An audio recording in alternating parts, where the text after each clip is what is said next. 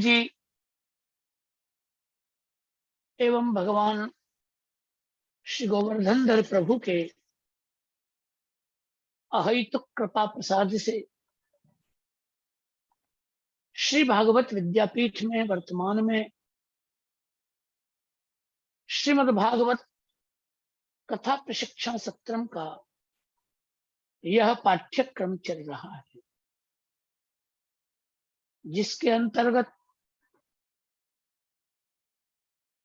पंचम स्कंद स्थान लीला में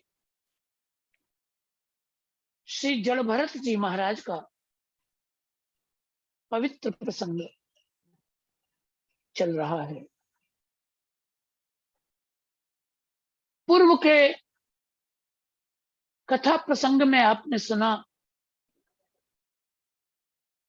कि श्री जड़भरत जी को डाकुओं के एक राजा ने पकड़ लिया भद्रकाली देवी की बलि चढ़ाने के लिए। वे मूर्ख डाकू भद्रकाली देवी के सामने श्री जड़भरत जी की बलि देने जा रहे थे। श्री जड़भरत जी के दिव्य स्वरूप का तो उन्हें कोई बोध ही नहीं था। तो स्वयं भगवती भद्रकाली अपनी मूर्ति में से प्रकट हो गई और श्री जड़भरत जी को मारने को तैयार खड़े उन दुष्ट डाकुओं को भगवती भद्रकाली देवी ने स्वयं मार दिया। उनके मस्तकों से कंदुक क्रीड़ा की। इस प्रकार श्री भद्रकाली देवी के द्वारा वे डाकू मार दिए गए और श्री जड़भरत जी उन डाकुओं से मुक्त होकर इक्षुमती नदी के तट पर आकर विराजमान थे। इसके आगे की कथा आज से आप श्रवण करें। श्री शुक उवाच अथ सिंधु सौवीरपते रहुगणस्य व्रजत इक्षुमत्यास्तटे तत्कुलपतिना शिविकावाह पुरुषान्वेषण समये दैवेनोपसादितः सद्विजवर उपलब्ध एष पीवा युवा संहननांगो गोखरवद्धुरम्बोढुमलमिति पूर्वविष्टिगृहीतैः सह गृहीतः प्रसवमतदरः ओवाह शिविकां समहानुभाव।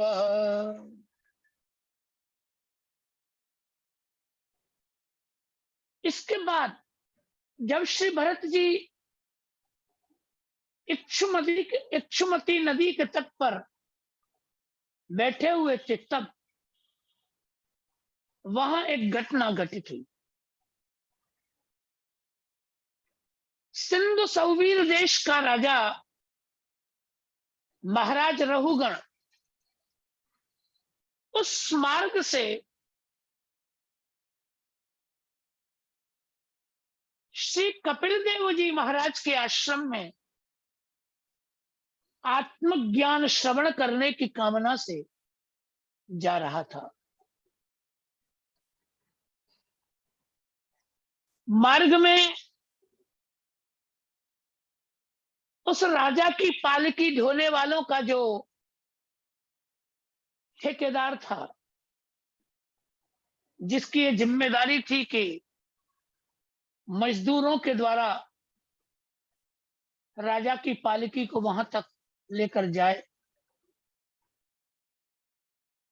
तो पालकी उठाने वालों का वह ठेकेदार उसे पालकी ढोने वाले किसी व्यक्ति की जरूरत पड़ी,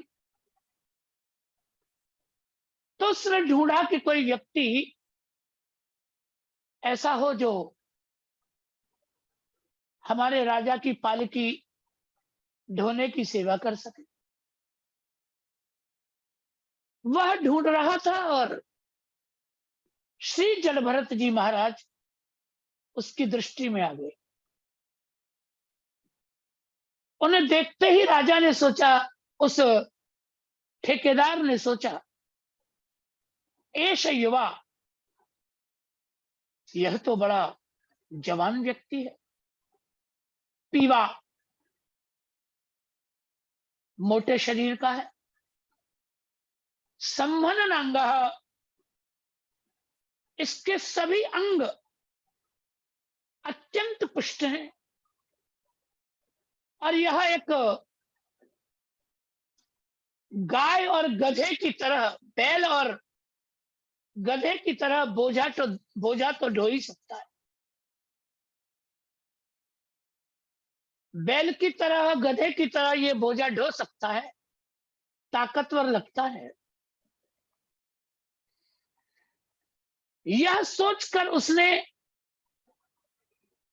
पालकी ढोने वाले कहार जो उसने पहले से ले रखे थे, उनके साथ श्री जलभरत जी को भी लगा दिया, बेगार में ही लगा दिया। व्यवस्था ऐसी है कि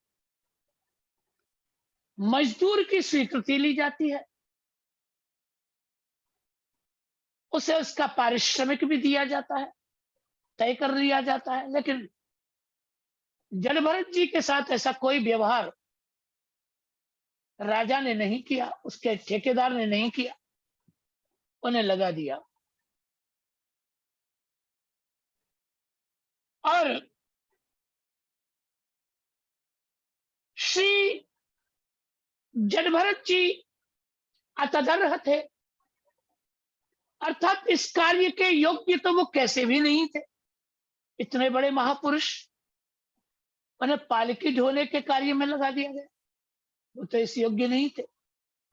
तो भी भगवान की ऐसी इच्छा होगी, शरीर का यह प्रारब्ध भोग होगा, यह मान कर वे महानुभाव राजा की पालकी ढोने में लग गए। किंतु श्री भरत जी महाराज यह सोचते थे कि कोई भी प्राणी, कोई जीव मेरे पैरों के नीचे कुचल कर न मर जाए, इसलिए वे सबसे पहले एक बाण, अर्थात 3 पग भूमि को आगे तक देख लेते थे।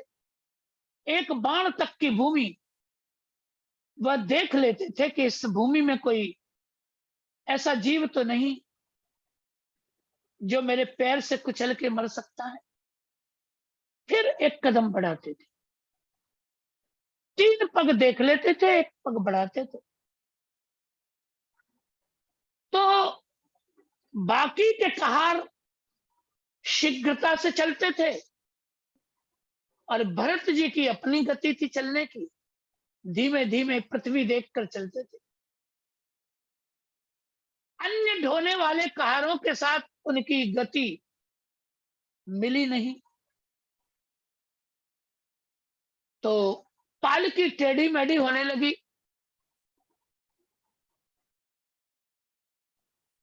उस पालकी के टेढ़ी मेढ़ी होते देखकर राजा रहुगण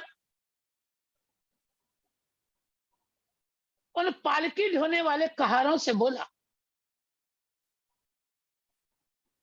हे वोढारः सात्वतिक्रमत किमिति विषमम उह्यते यानम इति।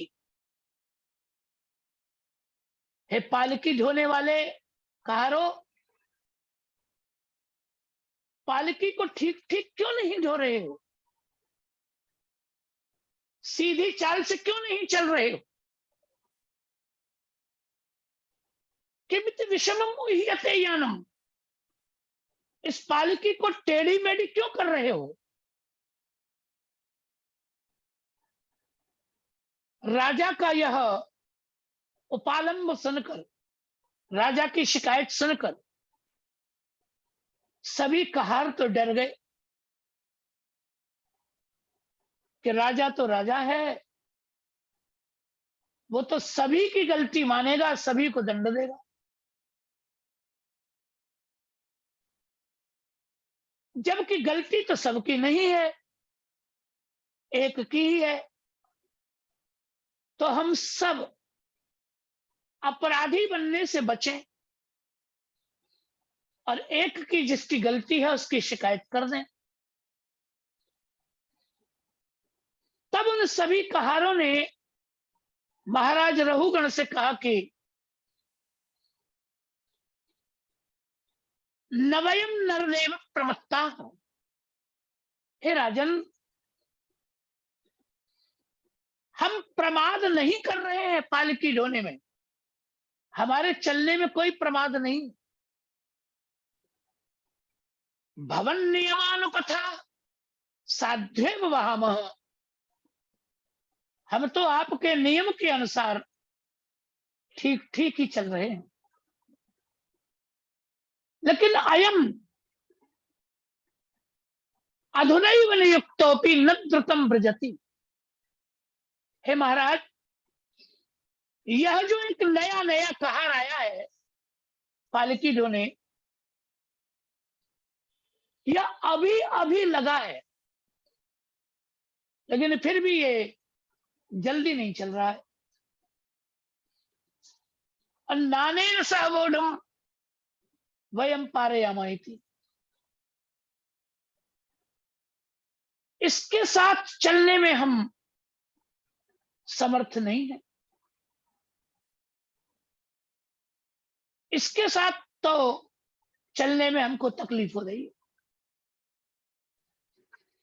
इस प्रकार उन्होंने जड़ भरत जी की शिकायत कर दी।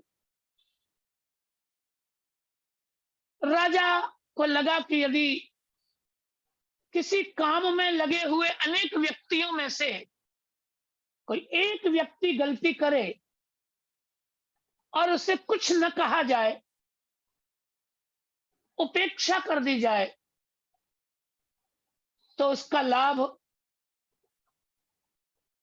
उस काम में लगे हुए दूसरे लोग भी उठाने लगते हैं। एक व्यक्ति यदि गलती करे तो वह गलती दूसरे लोग भी कर सकते हैं। यह सोचकर इसे ठीक करना चाहिए। राजा रहुगण बोला, व्यंग्य में वह उनकी हंसी उड़ाता हुआ सा बोला,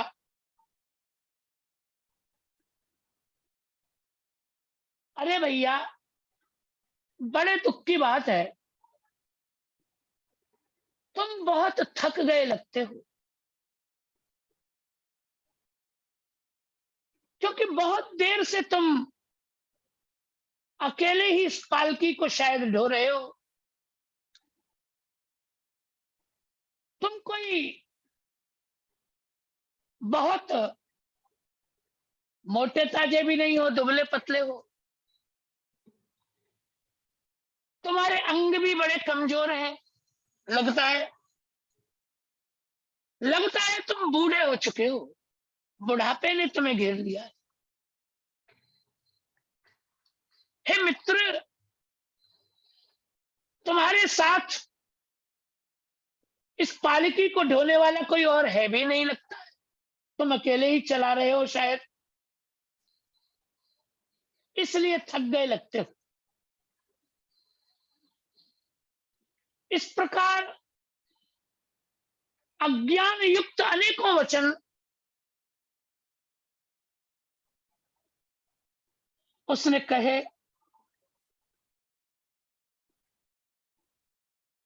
लेकिन उसके अनेक प्रकार से व्यंग्य करने पर भी ब्रह्म स्वरूप श्री जड़ भरत जी, जो संपूर्ण जगत को ब्रह्म में देखते थे, उसकी इन व्यर्थ की बातों पर उन्होंने ध्यान नहीं दिया, चुप हो गए, कुछ कहा नहीं। लेकिन पालकी को पहले की ही तरह उन्होंने उठा लिया, चलने लगे, क्योंकि उनकी दृष्टि में देश काल, इंद्रियां, कर्ता, यह तो सब अविद्या रचित ही था, कोई वास्तविक तो था नहीं। कौन ढोवे कौन डुबावे, वह तो इस सबसे ऊपर ब्रह्म स्वरूप हो चुके थे। देह के धर्म, देश काल, शरीर के धर्म उन्हें बाधित नहीं करते थे, इसलिए उन्होंने कुछ कहा नहीं, चुपचाप पालकी उठाने लगे। लेकिन उन्होंने अपनी गति नहीं बदली।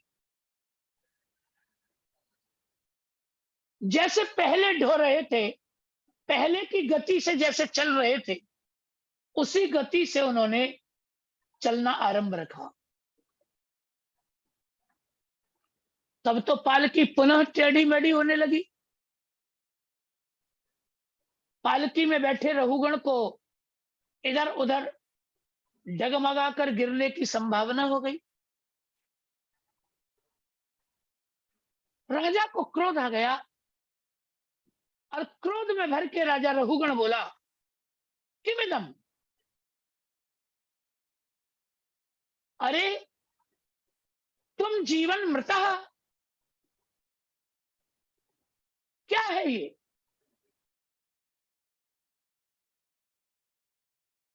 नीच पुरुष की तरह जड़भरत जी को संबोधन देते हुए कहा, अरे क्यों रे, क्या तू जीते जी मर गया है? माम कदर्थी कृत्य भर्तृ शासनम अतिचरसी, मेरी अवहेलना कर रहा है, मेरा आदेश नहीं मानता, राजा के शासन का उल्लंघन कर रहा है। ते करो में चिकित्सा, क्या समझता है तू? मैं तेरी चिकित्सा कर दूंगा, अर्थात मैं तुझे ठीक कर दूंगा। दंड पाण जनताया, तू ये बात नहीं जानता कि मैं तेरे जैसे लोगों के लिए यमराज के समान दंड देने वाला हूं। यथा प्रकृतिम स्वाम भजिष्य से इति, तुझे ऐसा दंड दूंगा कि तू अपने स्वभाव में आकर ठीक ठीक चलने लगेगा। अभी तू प्रमाद कर रहा है, तेरा सारा प्रमाद मैं ठीक कर दूंगा। इस प्रकार बोला।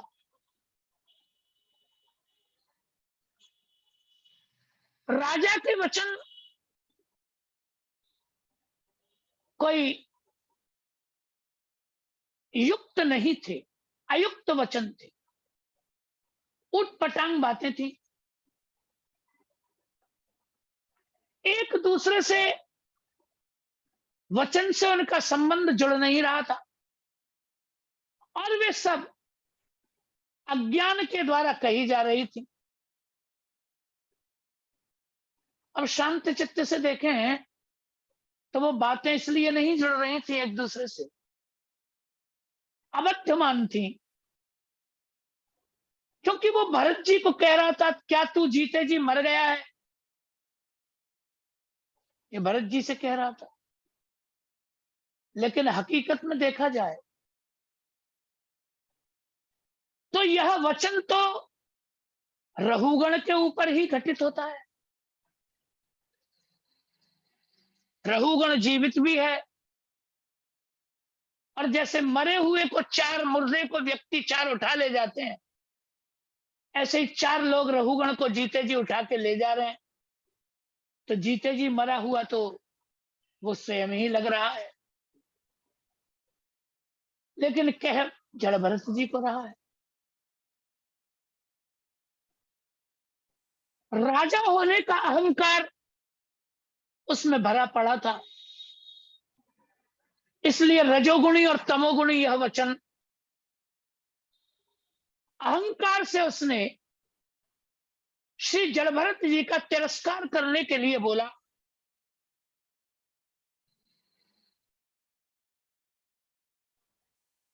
वह स्वयं को बड़ा भारी विद्वान पंडित मानता था नहीं मानता था।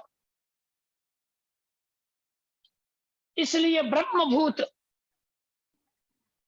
सब प्राणियों के हितैषी श्री भरत जी के स्वरूप को वो पहचान नहीं पाया। लेकिन भरत जी को उस पर ऐसी दया आई कि वो उससे मुस्कुराते हुए बोले,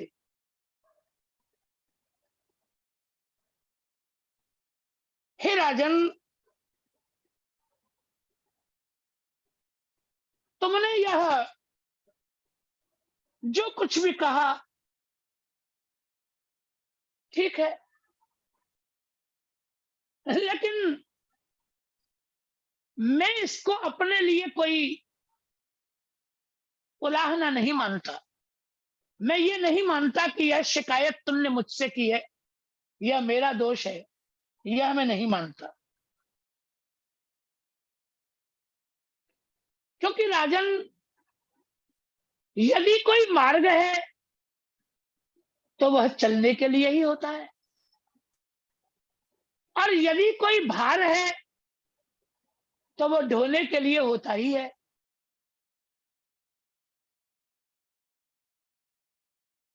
और जहां तक तुम मोटा होना, पतला होना, बूढ़ा होना कह रहे हो, वह सब मेरे लिए तो कहा नहीं जा रहा है, वह तो शरीर के लिए कहा जा रहा है, और शरीर तो मैं हूं नहीं।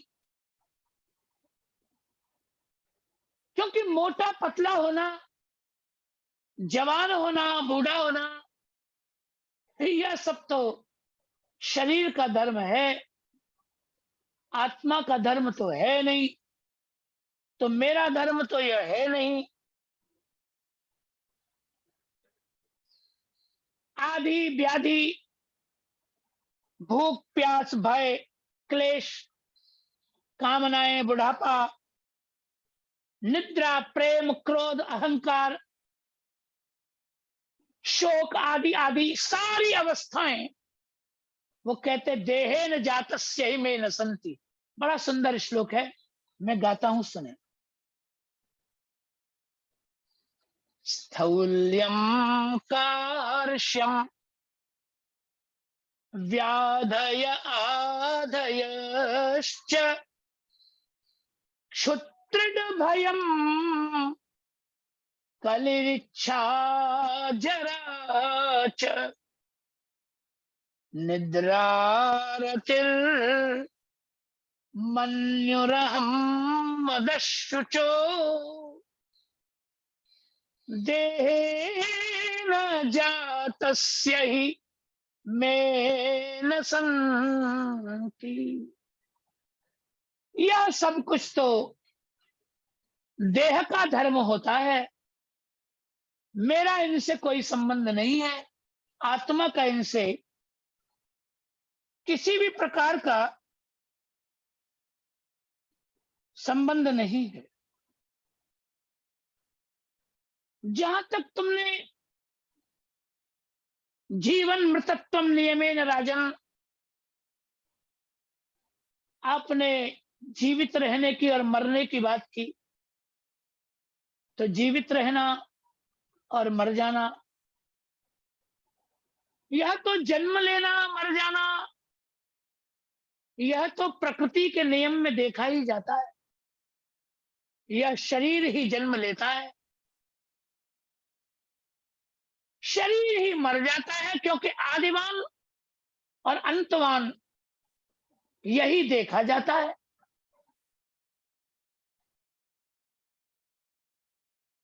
शरीर को ही पूजनीय कहा जाता है, शरीर को ही स्वामी कह लीजिए, और अपने आप में स्वामीपन का अहंकार मान लीजिए। आत्मा का स्वामी तो कोई होता नहीं सिवाय भगवान के। एकमात्र पूज्य तो श्री हरि ही है। हे नरेश, स्वामी और सेवक का भाव जहां होता है, वहां ये आज्ञा मानने न मानने का नियम बताया जा सकता है। यह तो प्राकृतिक व्यवहार है। कौन शासन करने वाला और कौन शास्य, यह सब व्यवहार की बात है। अध्यात्म जगत में इसका कोई महत्व नहीं है। तो भी राजन, तुम इस भाव में प्रतिष्ठित हो, यदि व्यवहार को ही प्रधान मानते हो, तो बताओ और मैं आपकी क्या सेवा करूं? बताओ, जो कहो वो और कर दूं।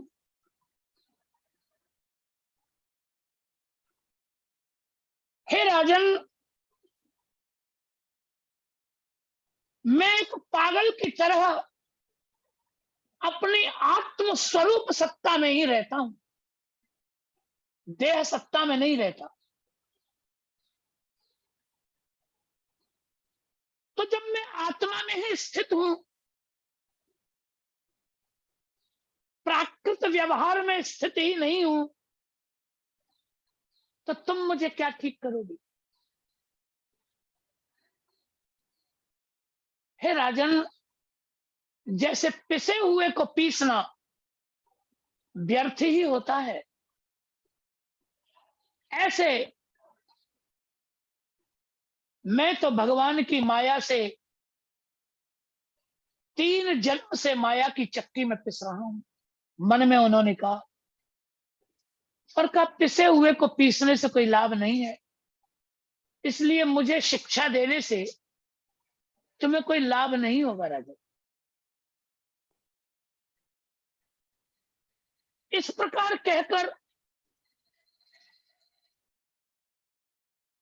श्री भरत जी ने अपना प्रारब्ध का भोग मानकर, यद्यपि यथार्थ आत्म तत्व का राजा रघुगण को उपदेश कर दिया था, लेकिन फिर भी उन्होंने अपने कर्म का भोग मानकर राजा की पालकी पहले की तरह उठा ली। लेकिन सुखदेव जी कहते हैं, महाराज परीक्षित, वह सिंध सौवीर देश का राजा रघुगण तत्व जिज्ञासा के लिए आत्मक ज्ञान का एक योग्य अधिकारी था। उसमें श्रद्धा थी, इसलिए वो श्री जड़भरत जी के वचन उसे ऐसे लगे मानो उसके हृदय की अज्ञान की गांठें खुल रही। वह राजा उस ब्राह्मण के उच्च कोटि के ज्ञान युक्त वचन सुनकर शीघ्रता से पालकी से नीचे उतर आया और शीघ्र जाकर उनके चरण कमल में उसने अपना मस्तक टिका दिया, अपने अपराध की क्षमा मांगने लगा। राजा होने का उसका अहंकार नष्ट हो गया। शरणागत होकर वह श्री जलभरत जी से बोला,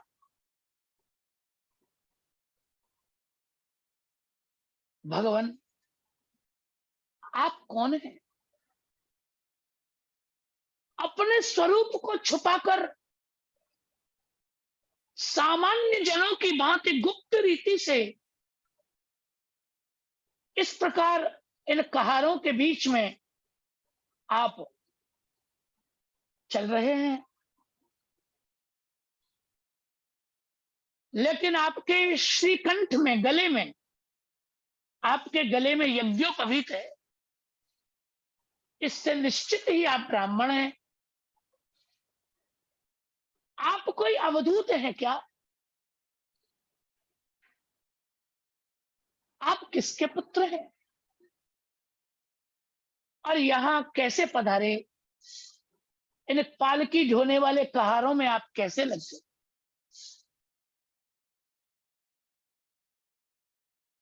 हे भगवान, कहीं आप साक्षात श्री कपिल देव जी ही तो नहीं है जो मेरे कल्याण के लिए इस प्रकार यहां पधारे हो? भगवान, मैं इंद्र के वज्र से नहीं डरता, मैं त्रिनेत्र भगवान शंकर के त्रिशूल से भी नहीं डरता, मैं यमराज के दंड से भी नहीं डरता, अग्नि में जलने से, सूर्य के ताप से, चंद्रमा, वायु, कुबेर आदि के अस्त्रों से भी नहीं डरता, लेकिन मैं ब्राह्मणों के कुल का अपराध करने से बहुत ही डरता हूं। मुझे ब्राह्मण का तिरस्कार करने में बड़ा भय लगता है।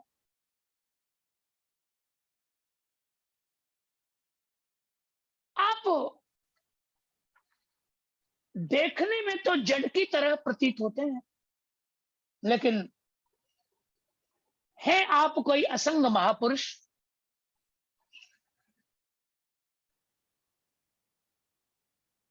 अनुभव युक्त आपका ज्ञान है, आपके वचन योग युक्त हैं, और हम जैसे अज्ञानी पुरुष किसी भी प्रकार उन्हें समझने में समर्थ नहीं है। हे भगवान, आपने बहुत सी बातें मुझे बताई,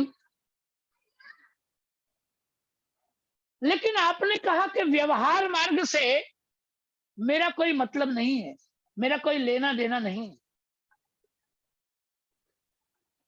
प्रभु, यह बात मेरी समझ में नहीं आती।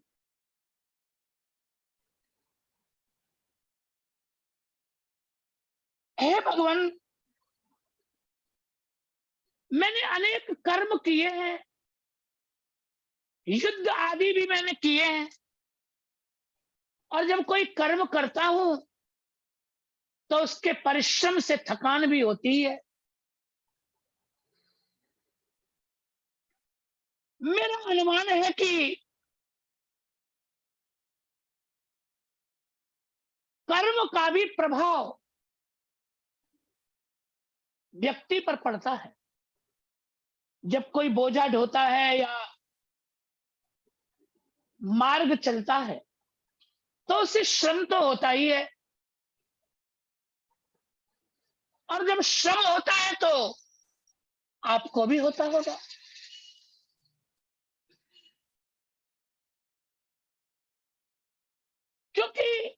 व्यवहार मार्ग पूर्ण रूप से असत्य तो है नहीं, व्यवहार मार्ग भी तो सत्य है। घड़े में से जल ले आओ, ये बात कही जाए तो घड़ा है, उसमें जल है, तभी तो लाया जाएगा ना। यदि आप कहते हो सब कुछ असत्य है, तो झूठे घड़े में से मिथ्या जल कैसे लाया जा सकता है? तो व्यवहार मार्ग को एकदम से नकारा तो नहीं जा सकता, तो अभिष्ट है। और यहां रहुगण अपना प्रश्न दोहराता है, इसे आप जरा ध्यान से सुनिए। श्री जड़भरत जी के उत्तर का आधार यह प्रश्न ही है। दृष्टांत देकर वो जड़भरत जी से प्रश्न कर रहा है। वो कहता है, स्थल्यग्नितापात् पयसोभितापस् तत्तापतस् तंडुल गर्भुरंदी देहेन्द्रिया स्वाशय सन्निकर्षात् तत्संसृति पुरुषस्यानुरोधा।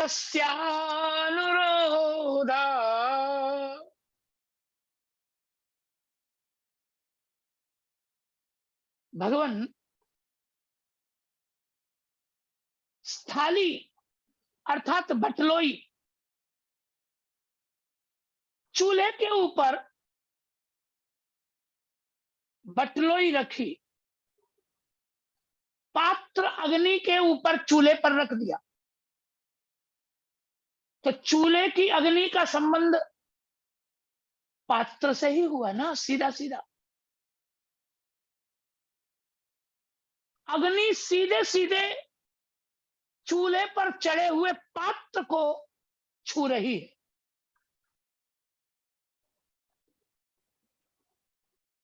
और पात्र गर्म हो जाता है, अग्नि के संबंध से पात्र गर्म हो जाता है। पात्र के गर्म हो जाने पर पात्र में चढ़ाया गया जल, जल भी गर्म हो जाता है। और जल गर्म हो जाता है तो जल में डाले गए जो चावल हैं वो भी रंध जाते हैं और भात बन जाता है। पुनः सुने, पात्र में जल है, जल में चावल है।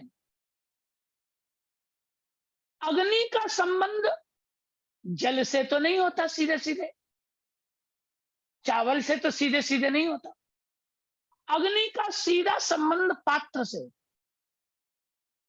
लेकिन पात्र का संबंध तो जल से होता है कि नहीं? तो अग्नि का संबंध जैसे पात्र से है, लेकिन पात्र का संबंध जल से होता है, इसलिए जल गर्म होता है।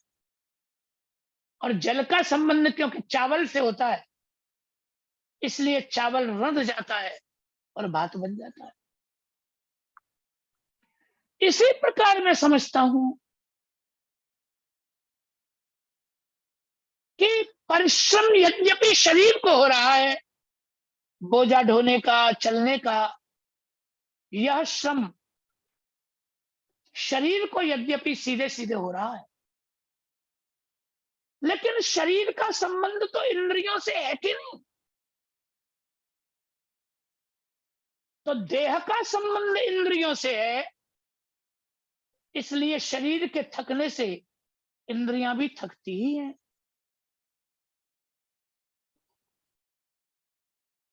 और इंद्रियों का संबंध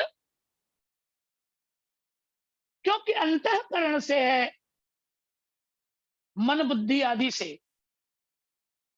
इसलिए शरीर के और इंद्रियों के थक जाने से अंतःकरण भी थकता ही है।